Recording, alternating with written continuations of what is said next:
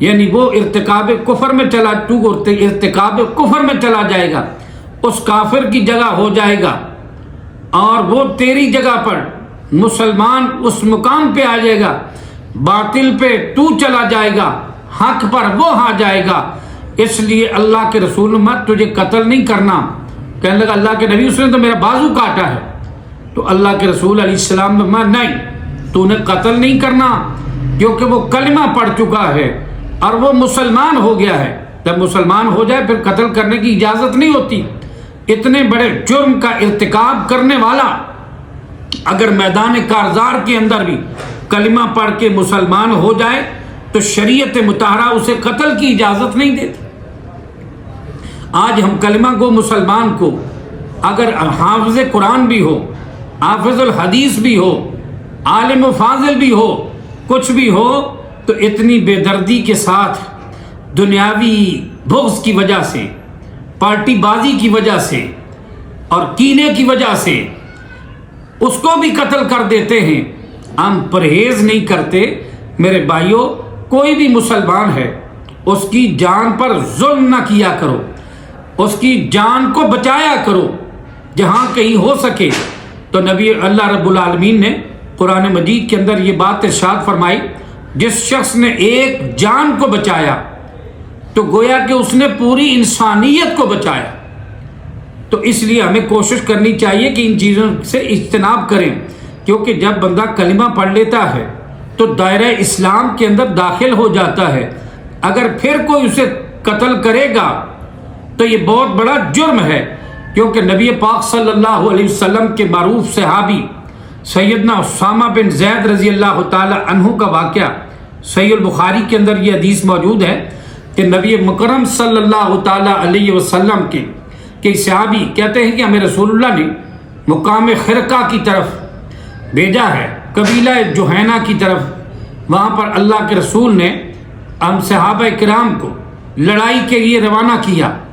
جب ہم وہاں پہنچے صبح ہم نے اس علاقے کو فتح کر لیا۔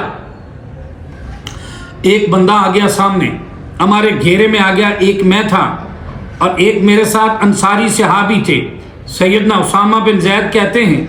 ہم دونوں نے جب اسے گھیرے میں لے لیا، اس نے کلمہ پڑھا، اس نے کہا میں مسلمان ہو گیا ہوں۔ اور جو انصاری صحابی تھا، جب اس نے اس کی زبان سے اسلام کا کلمہ سنا تو اس نے کہا بھائی میں تو اس کو قتل نہیں کروں گا، وہ پیچھے ہٹ گیا، الگ ہو گیا کہ اس نے کلمہ پڑھ لیا، اب مسلمان ہو گیا، اب اس کو قتل نہیں کر سکتا۔ کہتے ہیں کہ میں نے جذبات میں آ کر میں نے سمجھا کہ اس نے تو خوف کی وجہ سے اپنی جان کو بچانے کے لیے اس نے کلمہ پڑھا ہے، تو جلدی سے میں نے تیر مارا، اسے میں نے قتل کر دیا۔ اور جب واپس آئے سرور کائنات صلی اللہ علیہ وسلم کو اس بات کو پہلے سن چکے تھے، اس واقعہ کی آپ علیہ السلام کو اس واقعہ کا علم ہو چکا تھا۔ نبی مکرم صلی اللہ تعالی علیہ وسلم نے فرمایا اسامہ تو نے اس کو کلمہ پڑھنے کے بعد قتل کیا؟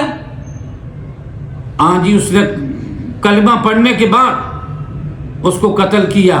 نبی پاک پھر فرماتے ہیں آپ نے اس کو کلمہ پڑھنے کے بعد بھی قتل کر دیا؟ پھر کہتے بار بار رسول اللہ نے استفسار فرمایا، صحیح بخاری کے اندر بار بار نبی پاک یہی سوال کیے جا رہے ہیں۔ اللہ کے رسول نے فرمایا اس کو تم نے کلمہ پڑھنے کے باوجود قتل کر دیا، کلمہ گو مسلمان ہو گیا تھا، پھر تو نے قتل کر دیا۔